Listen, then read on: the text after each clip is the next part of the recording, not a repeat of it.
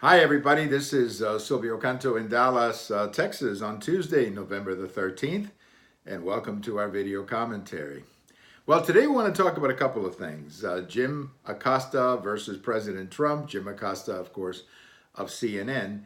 And I've got some thoughts about what just happened in Arizona. Let's start with Arizona first. As you may know, the Democrat won the election in Arizona for the Senate. It was a very close election. A point and a half was the difference.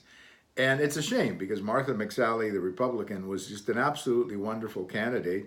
And I think she would have made a great senator. But she lost by a point and a half.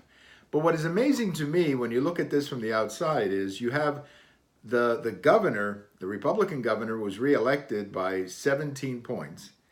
All of the other Republicans who were running in the state, statewide, for statewide offices, were reelected, and yet Martha McSally loses by a point and a half.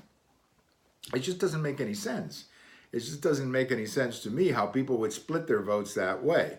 Obviously, they did. There's no evidence of fraud, so it is what it is. It's just difficult for me to understand that voters in Arizona, a state with a long military tradition, John McCain, this is also the state of Barry Goldwater and so on, that they would not vote for this lady, Martha McSally. But they didn't, and it's hard to understand, particularly given how well the Republican governor did for re-election in that state. Now let's talk a little bit about Jim Acosta and CNN and President Trump.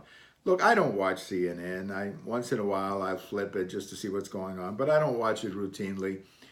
During the Trump administration, CNN has become nothing but one panel after another of just attacks on President Trump, and it just doesn't make any sense. And I frankly would rather do something else. I'm not alone, given the ratings.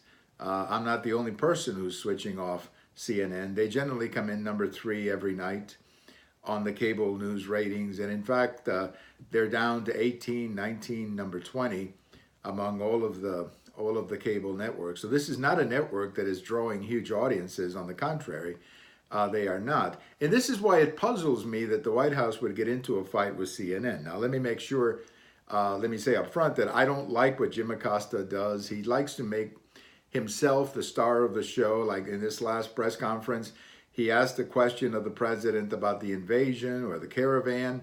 And that question was okay. The first part of the question was okay. What was not okay is when he gets into a debate with the president of the United States. That's not his job as a journalist. If you want to debate the president of the United States, you run for office. You become a candidate for the presidency, and hopefully you get to debate the president head on. But you don't do that as a journalist.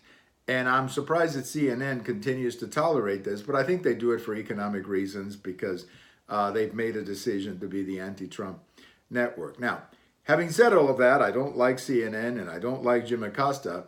I do think it was a mistake for the White House to pull his press credentials because all you do is make a victim out of Jim Acosta.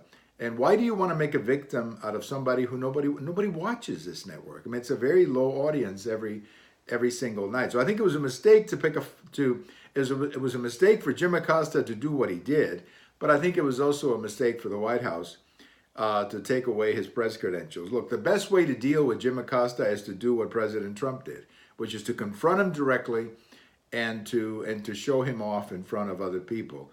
And I think anybody watching that press conference, I had the chance to watch it, anybody watching that press conference saw very clearly that Jim Acosta was there not to be a reporter, not to ask questions, but to put on a show for his bosses at CNN. And I don't think that's what journalists are supposed to do. So yes, Jim Acosta makes a fool of himself, but the White House takes him way too seriously when they take the press pass away, because as I say, nobody or not many people are watching CNN these days. Thank you for watching.